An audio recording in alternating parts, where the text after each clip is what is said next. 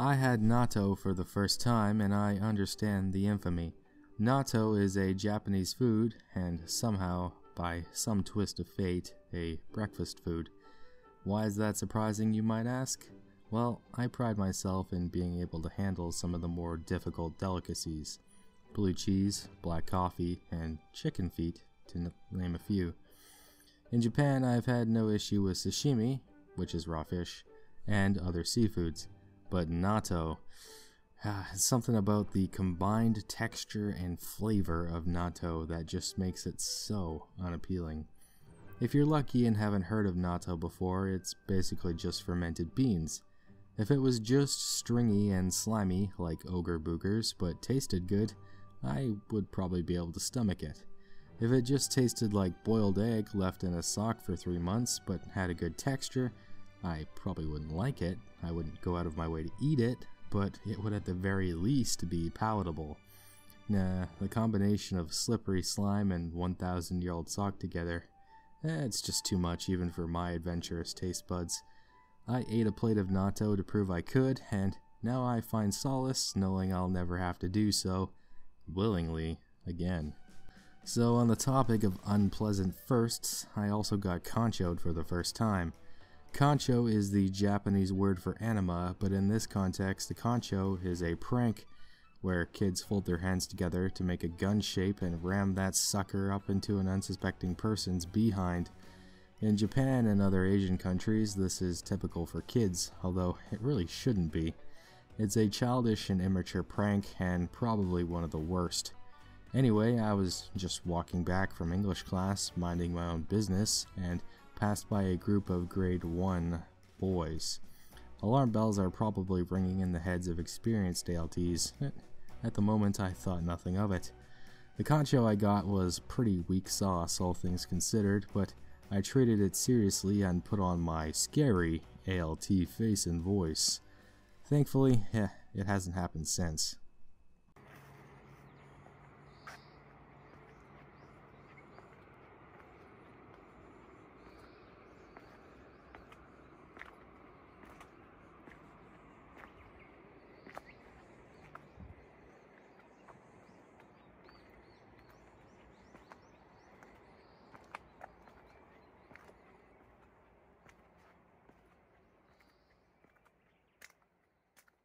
Right, let's talk about teaching.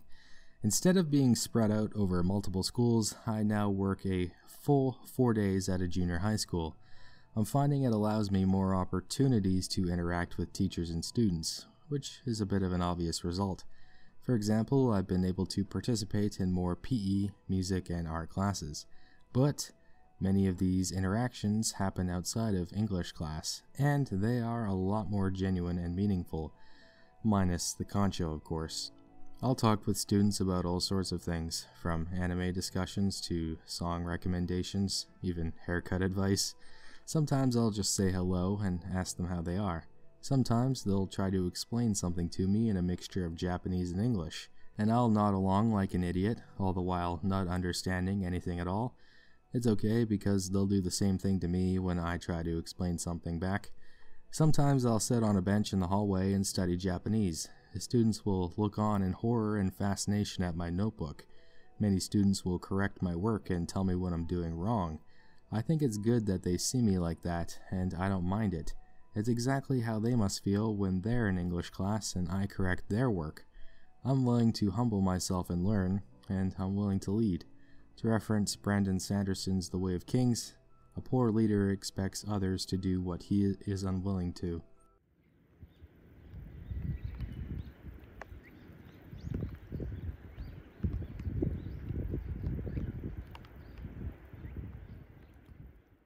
Now, what are the downsides of being at a school 4 days a week? Variety is the spice of life, and going to the same workplace every day makes the job feel more like work. Bummer, right? Also, the scheduling at Japanese junior high schools is all over the place, which can sometimes make it difficult to plan for classes, and sometimes even just attending them. Some days it can be pretty hectic. However, what I found immensely helpful is decoding my school's timetable. This allows me to figure out what optional classes I can join: art, gym, music, and when. Also, I don't have to wait for somebody to tell me what English classes I have. I can just look for myself. Unless the teachers swap classes, in which case they usually tell me. Also, it means I am the one approaching my JTEs and taking the initiative for English classes. It feels good having that independence. I started becoming pen pals with a student who enjoys English but unfortunately can't come to school due to a disability. It's been rewarding, writing back and forth, and this student is also an artist, so we enjoy sharing drawings. It seems like it's a rare opportunity to have a student both interested enough in English and have the time to write weekly with. Between homework, club activities, and what little of their free time remains after that, it's understandable most Japanese students don't want to spend it decoding English and would rather play Fortnite or go shopping.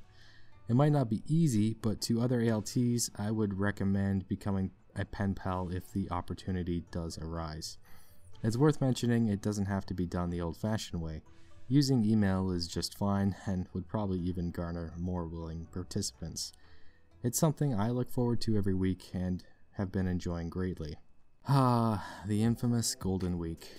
A holiday week in Japan where most people get a break from work, school, and maybe even teaching, and hopefully enjoy some reprieve and relaxation. Legends say some people enjoy their relaxation so much they refuse to return to work, school, and teaching afterwards, and yeet their ambitions out to shrivel up like seaweed in the sun. Is there any truth to that? We'll see. Down in Kuroshio, the T-shirt art festival was in full swing. As promised, hundreds of T-shirts with pictures, drawings, and designs swayed to and fro on Irino Beach, backdropped by the sparkling Pacific. My T-shirt and the shirts of my friends were also there.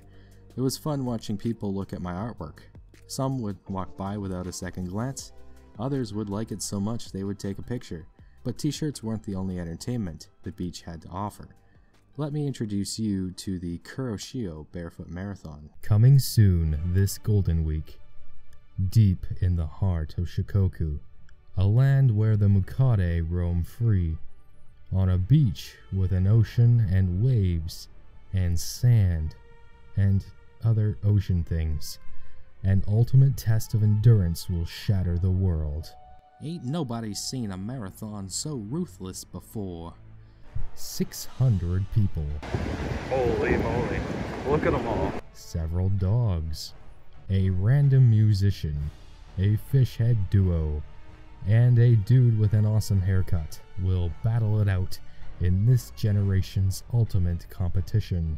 Running in the Kuroshio Barefoot Marathon. That's right, there was a barefoot marathon on the beach. Sadly, I was too late to sign up, but I did enjoy watching. But not as much as I enjoyed the festival food. Local restaurant owners set up some food stands serving hot and delicious Japanese staples. Takoyaki, karaage, curry, and dumplings to list a few. There was also a beef yaki place that made the entire beach smell like delicious grilled meat. Despite the salty chaos, I managed to get a cone of peach-flavored shaved ice. It was nice. My friend and I got ambushed by NHK on the beach, which is the local television news network, and so we actually ended up being on TV. Pretty cool experience. With a different friend, I took a trip to Japanese McDonald's and stumbled my way through ordering a Big Mac. Happy to report, Japanese Big Macs taste just like the ones back home. And that about sums up my Golden Week. I was well rested afterwards and look forward to seeing my students again. I was told many college and university students actually drop out of school in Japan after Golden Week because they don't want to go back and be swamped with work again. Lucky me, I'm not in college. Now for an embarrassing story. So I worked a Saturday a few weeks ago, and I thought I would be a good Samaritan and fill up my work vehicle before the next work week. This was after I had finished teaching a full 5-class day, on top of dealing with a parent observation class, the very last class. Now, somebody was parked in my usual fill spot at the gas station, so I just gassed up on the opposite side of the pump. Now, up until this point, for some stupid reason, I had it stuck in my head that the leftmost nozzle was always gas. This is decidedly untrue. The red-colored nozzle is gas, but it's not always on the left-hand side of the pump. Do you see where this is going? So, I filled up with the left nozzle, thinking it was a bit odd that it was green this time. After I filled, I knew something wasn't right, and I checked the receipt. I translated it, and it said light oil in English. So, the gas must have light oil in it, I naively thought. I started the car and drove. It felt like a parachute was behind my car, pulling it back, and eventually the car started to shake. I pulled over and googled the kanji on the receipt. Turns out I had not filled up with light oil gas, but had actually filled up with diesel fuel. I was, in a word, screwed. I texted my friends, "Hey, I think I accidentally filled up with diesel fuel. What color did you use? Red, you're okay. Yellow, maybe not." "Oh, I used green." Oh. Thank God my friends were around to help. They got the gas station to call a mechanic to come tow the work car and stayed with me for the 4 hours it took to pump the diesel fuel out of the car and get it fixed. One of my friends gave me a 4-leaf clover, and upon getting to the mechanic shop and seeing the clover on my dash, the mechanic told me I was lucky indeed. His was the only local shop open on a Saturday. After a nail-biting 4 hours, the work vehicle was fixed. I was afraid it was going to be 60,000 yen, which is $600 Canadian, and I only had 5,000 yen, which is $50 Canadian, on me. The Japanese mechanic rubbed his hands together, grinned, and said, 5,000 yen, please. For one, I couldn't believe how cheap. Second, that was the only bill I had. Lucky indeed. So, for all that, the mechanic only made me pay about $50, which I'm assuming is the price of a new filter that he had to put in the vehicle. With that, he let me go, but said that I should take him out drinking sometime. So, from that day forth, I now owe a case of beer from my friends, a case of beer for the Japanese mechanic. I know that green means diesel fuel, and maybe 4-leaf clovers have some luck in them after all. I'll talk about this briefly, but Dungeons & Dragons was a big hobby of mine back in Canada, and I managed to host a one-shot game for the Kuroshio ALTs at my house. From what I can tell, everyone had a good time, and the ALTs who never played before seemed to follow along and immerse themselves. In this adventure, the players were pirates, and had to hunt a great monster known as the Moby Duck. The party managed to defeat and eat the creature. Perhaps I will run a few more games during my time in Japan. If so, I'll keep you posted on their adventures. And so ends my 5th month in Japan. Not a lot of traveling, but I have certainly been keeping busy. Take care and be bold. Oh, oh, oh no! Oh, maybe it's okay. Oh, yes. Okay. Yes. Wow. Okay.